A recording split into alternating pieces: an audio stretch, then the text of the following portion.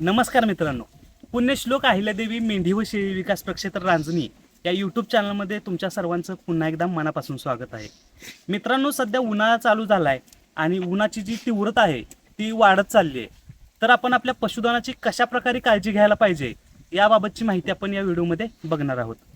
तर मित्रांनो, उन्हाळ्यात वाढलेल्या तापमानामुळे तुमच्या करडे व कोकरांमध्ये मरतूक होऊ शकते. तुमचं जे गाभण पशुधन आहे त्यामध्ये ॲबॉर्शन म्हणजे गर्भपात होऊ शकतो.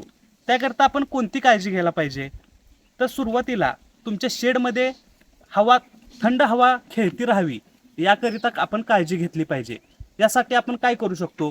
तर मित्रांनो, तुमचा जो शेडचा छत आहे त्यावरती तुम्ही जे उसाचं पाचरूट असतं ते टाकू शकता किंवा ज्या कडब्याच्या पेंड्या आहेत त्यासुद्धा टाकू शकता व त्यावरती आपण पाणी फवारू शकतो.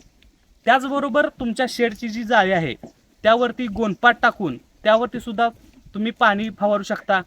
याचबरोबर तुमच्या शेडमध्ये जो कोबा केलेला आहे त्या कोब्यावरती सुद्धा पाणी फवारू शकता, जेणेकरून शेडमध्ये थंड हवा खेळती राहील.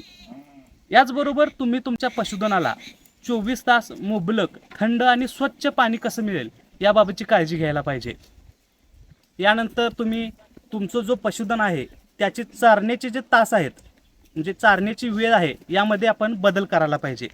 यामध्ये आपण ज्याला कूलिंग आवर्स म्हणतो, म्हणजे दुपारी ऊन पडण्याच्या अगोदर व दुपारनंतर म्हणजे जेव्हा ऊन कमी व्हायला लागतं तेव्हा तुम्ही चरायला घेऊन गेला पाहिजे.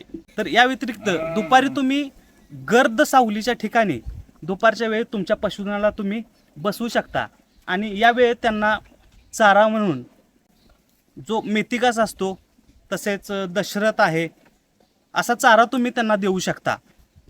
याचबरोबर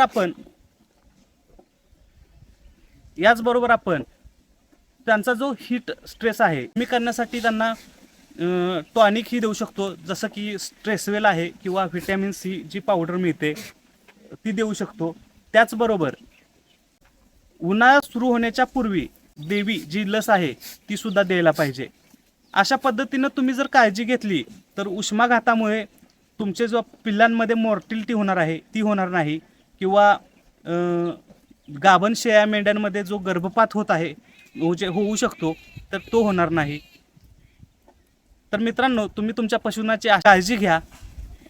आजची माहिती तुम्हाला कशी वाटली हे आम्हाला कमेंट करून नक्की सांगा. या चॅनलवरती कोणी नवीन आला असाल तर आमच्या चॅनलला सबस्क्राईब करायला अजिबात विसरू नका. पुन्हा भेटू अशाच नवीन व्हिडिओमध्ये नवीन माहितीसोबत. धन्यवाद.